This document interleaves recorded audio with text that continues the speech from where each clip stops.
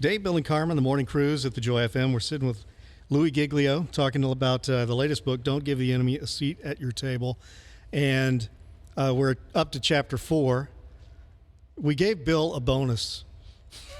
So I think I want to take a bonus. I want to get to some of the meat of chapter 4, but you paint a picture right at the beginning of chapter 4 that took me right back to childhood. I could smell the carpet and see the paneling on the wall and the picture of Olin Mills Jesus. And I knew exactly what you were talking about. And it actually started me down a road. I stopped reading for a minute to kind of play this out. And in your brain, it happens in about 20 seconds. But I started thinking about you at First Baptist Church of Atlanta and my experience. And then I'm thinking about stories that I've heard. My pastor was one of the people in the youth department when you were in the youth group. And I've heard a story or two that suggests that perhaps you and Andy weren't the darlings of the youth group, which then took me to chapter 7, which we'll get to. And the fact that at that point in your life, you were so committed to the call to preach. And I want to know, how did you go from, well, we'll take it to Olin Mills Jesus to a call to preach? What happened in that span? Well, I want to say, that, I don't know what kind of crown sizes they have in heaven, but the one who was Andy and I's youth Sunday school teacher is getting a big one. It was a crazy time for us, but we did love God.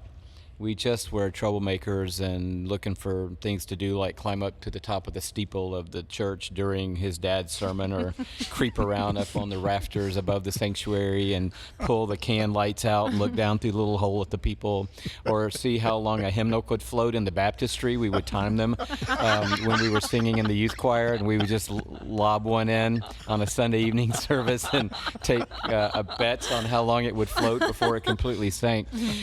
So that was us. But we had an incredible youth leader, Mary Gillerstedt. She just had a birthday. Happy birthday, Mary. She's 96 and amazing. And she was a rock for us. And we had an incredible pastor teaching the Word of God. And the church was growing, actually. The church almost went to nothing when I was in 7th grade, and then grew to In Touch Ministries through my high school years into college. But I was the guy that was one way at church and a different way at school. I went to school out in the suburbs. Only one other kid at my school went to my church. And so I could kind of live one life at school and a different life at church. I could be the I love God guy in this world and the I love whatever gets me popularity in this world. And that worked until my freshman year of college, and after a fraternity party downtown Atlanta that Andy was also at during Rush. I remember sitting on a curb with a guy talking to both of us saying, hey, we're going to offer you a chance to join our fraternity tomorrow. And I was like, wow, that's amazing.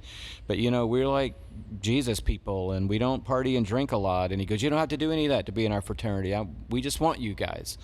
And I went home, Dave, and something in my heart was off. And this is not a pro-sorority fraternity or anti-pro sorority or fraternity, but something was off in my heart.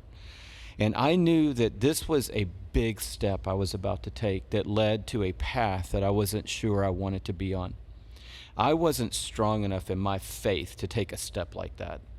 And I knew it. And I knew I was at a crossroads, and it was maybe 2:15 in the morning in a simple apartment in Smyrna, Georgia. And I knelt down by my bed and I said, Jesus, I see the two paths, and I choose tonight to be on your path.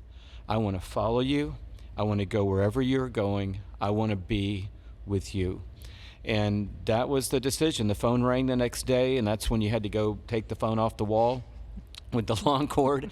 And it was that guy. And he said, I just want you to know they just posted the invitations and your name is on the list. And I said, I am so thankful and grateful, but I'm going to have to reject that invitation. And it set me on a path of explosive growth in my faith with Jesus. And about 2 months later, God woke me up in the middle of the night in that same room, in that same bed, and said, I'm calling you to proclaim my story to your generation. Wow. And my life's never been the same since. Wow. That's amazing. And we're sitting here in the overflow and the fruit of that right now today. Wow. Wow. It's good. That doesn't need to have anything No. after No, that. no, So we're no, no, that, Yeah. Yeah. So good.